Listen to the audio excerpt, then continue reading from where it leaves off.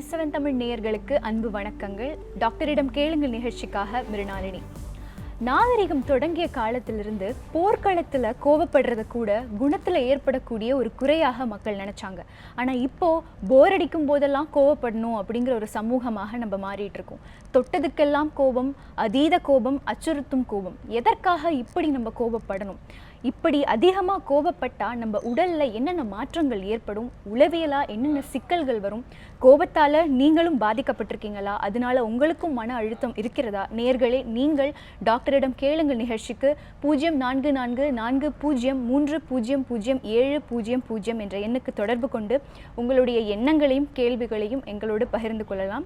உங்களுக்கான மிக நல்ல ஆலோசனைகளை தருவதற்காக உளவியல் நிபுணர் லக்ஷ்மி டி ராஜன் நம்மளோட அரங்கத்தில் இணைந்திருக்கிறார்கள். வணக்கம் டாக்டர். டாக்டர், நேரடியாக நிகழ்ச்சிக்குள்ளே போகலாம். அதாவது எங்கள் எல்லாத்தையும் விட கோபம் அப்படிங்கிற ஒரு விஷயத்தை, அந்த ஒரு உணர்ச்சியை நீங்கள் ரொம்பவே தெளிவாக எக்ஸ்பிளைன் பண்ணுவீங்க. ஸோ அதை எப்படி டாக்டர் டிஃபைன் பண்ணுவீங்க? கோபம்ங்கிறது மோஸ்ட் காமன் ஹியூமன் எமோஷன். அடிப்படையாக எல்லாருக்குமே எழக்கூடிய ஒரு எமோஷன் ஹியூமன் கோபம்ங்கிறது. இன்னும் இதை சுருக்கமாக சொல்லணும்னா, எப்போ நமக்கு இயலாமையும் அறியாமையும் எழுகிறதோ அப்போ நமக்கு இந்த கோபம் வெளிப்பாடாக அமைகிறது. கோபம் பயத்தினுடைய வெளிப்பாடு கூட, பயத்தை மறைக்கிறதுக்காக கூட நம்ம கோபத்தை வெளிக்காட்டலாம். இன்னொன்று என்ன அப்படின்னு சொன்னால், ஹர்ட், அப்புறம் ஃப்ரஸ்ட்ரேஷன், அதிகமாக எதிர்பார்ப்பு இருந்து ஏமாற்றம் அடையும் பொழுது அது கோபமாக வெளிப்படுகிறது. ஸோ பேசிக்காக இதை சொல்லணும் அப்படின்னு சொன்னாக்கா how you react to situations and persons. உடலில் ஏற்படக்கூடிய எந்த ஹார்மோன்ஸுடைய மாற்றம் நமக்குள்ள கோபத்தை உண்டாக்குது? ஆக்சுவலி பார்த்திங்கன்னா, உடலில் ஏதாவது ஒரு மாற்றம் ஏற்பட்டு அதுக்கப்புறம் கோபம் வருதுன்னு கிடையாது. நம்மளோட கோபம் அதிகமாகும்போது நம்ம பிரெயினில் இருக்கக்கூடிய நியூரோ டிரான்ஸ்மிட்டர்ஸ் வேலை செய்ய ஆரம்பிக்கிறது.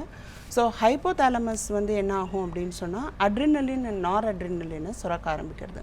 So as we all know, adrenaline சுரக்க ஆரம்பிக்கும் போது நமக்கு ஃபிசிக்கல் சிம்டம்ஸ் எழ ஆரம்பிக்கிறது. செஸ்ட்டு டைட்டாகிறது, பால்பிட்டேஷன்ஸ் அதிகமாகுது, மூச்சு ரொம்ப அதிகமாக எடுக்கிறது. இதெல்லாம் இந்த அட்ரினலின் சுரக்கிறது. So we are ready for the fight அப்படிங்கிறது ஆரம்பிக்கிறது. ஸோ கோபம்ங்கிறது ஃபஸ்ட்டு ஒரு இமோஷனாக அமிக்டாலால் ஆரம்பித்ததுக்கு அப்புறம் தான் ஹைப்போதாலமஸ் செக்ரேட் பண்ணுறது ஹார்மோன்ஸை.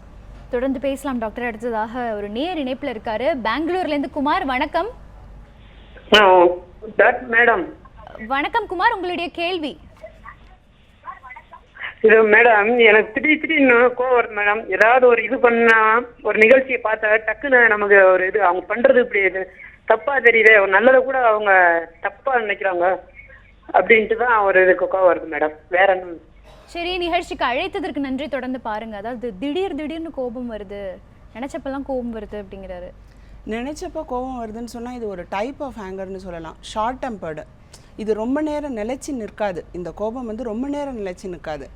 அந்த ஒரு பர்சனாக, அந்த ஒரு சிச்சுவேஷனுக்கு நமக்கு கோபம் வருது. இது மாரல் ஆங்கராகவும் இருக்கலாம். சில சமயம் ஹெல்தி ஆங்கராக போகிறதுக்கு வாய்ப்பு இருக்குது. எதுவாக இருந்தாலுமே கோபத்தை கண்ட்ரோல்டாக வச்சுக்கிறது it's good for mental as well as physical health. அடுத்ததாக சேலத்திலிருந்து மணிகண்டன் அப்படிங்கிற ஒரு நேர் இணைப்பில் இருக்காரு. வணக்கம் சார். சார் வணக்கம், உங்களுடைய கேள்வியை தொலைக்காட்சியை பார்க்காம கேளுங்க. மேடம் வணக்கம். மேடம் வணக்கம் சார், கேள்வியை கேளுங்க. எனக்கு ஏஜ் 34 ஆகுதுங்க. சரி. ஹோட்டல் பிசினஸ் நடத்திட்டு இருக்குங்க. எனக்கு எதுக்கு எடுத்தாலும் ஓவரா டென்ஷன், திடீர்னு ஒரு மாதிரி மன அழுத்தம், ஒரு மாதிரி ஒரு கிறுகிறுப்பு, இந்த மாதிரி சூழ்நிலைலாம் இருக்குங்க. சரி. அது என்ன ரீசன் என்னன்னு தெரிஞ்சுக்கலாங்களா? சரி சார், நிகழ்ச்சியை தொடர்ந்து பாருங்க. ஹோட்டல்ஸ் நடத்திட்டு இருக்காரு, எதுக்கு எடுத்தாலும் கோபம், திடீர்னு. இப்போ அவர் சொன்னதை நீங்கள் நல்லா முழுமையாக கவனிச்சிங்கன்னா, அவர் கோபம்ங்கிற வார்த்தையவே யூஸ் பண்ணலை. மன அழுத்தம் அதிகமாக இருக்குன்னு தான் சொல்கிறாரு. So it is totally different from anger. ஏன் மன அழுத்தம் வருது, என்ன காரணிகள் என்ன மன அழுத்தத்துக்கு அப்படின்னு சொல்லிட்டு அவங்க பார்த்தாங்கன்னா அந்த மன அழுத்தத்துலேருந்து விடுபடலாம். இந்த கோபம் இப்போ இந்த காலர் கேட்ட மாதிரி மேபி அவருக்கு மன அழுத்தம் அதிகமாக இருக்குது. இப்போ கோபம் அதிகமாக அடைந்து இந்த கோபத்துலேயும் நம்மளால் வெளியே வர முடியவே இல்லையே அப்படின்னு மன அழுத்தத்துக்குள்ளே உள்ளாக்கப்படுறவர்கள் இருக்காங்களா? கண்டிப்பாக இருக்காங்க. கோபத்தை அதான் சொன்னேன் இல்லையா, இயலாமை. என்னால் கோபத்தை வெளிப்படுத்த முடியலை அப்படிங்கும்போது ஐ டாலரேட் இட்.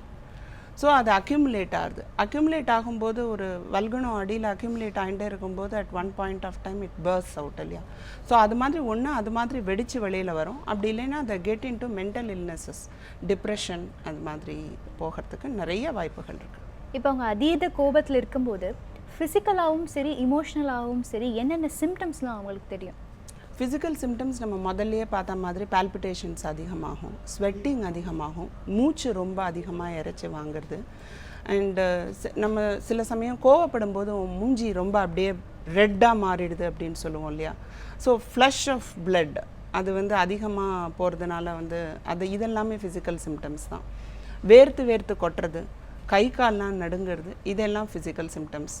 வயிற்றுக்குள்ளே வந்து ஒரு மாதிரி பண்ணும் கோவம் அதிகமாகும் போது, இதெல்லாம் வந்து ஃபிசிக்கல் சிம்டம்ஸ். சரி டாக்டர், அடுத்ததாக ஒரு நேயர் இணைப்பில் இருக்காங்க. ட்ரிச்சிலேருந்து சந்திரசேகர். வணக்கம். வணக்கம் சார், உங்களுடைய கேள்வியை விரைவாக கேளுங்க. அதாவது கோபத்தை வந்து அடக்கணும்னு சொல்றாங்க. சரி, எல்லாருமே நம்ம வந்து கோபத்தை அடக்கிட்டே இருந்தோம்னா ஒரு காலகட்டத்துல அவங்களை திட்டுன்னு போல வருது, அது சரியா? சரி, அதாவது பொறுத்துக்கிறோம், நிறைய பொறுத்துக்கிறோம், எல்லாரும் திட்டுறதையும் பொறுத்துக்கிறோம். ஆனா என்ன ஆச்சுன்னா பொறுத்து மனசுக்குள்ளேயே என்ன வருதுனாக்கா ஒரு அழுத்தம் வருது. யாராவது அவர் இருக்கும்போதோ இல்ல இல்லாதப்ப அவர் வந்து திட்டும் போல வருது, இது சரியா?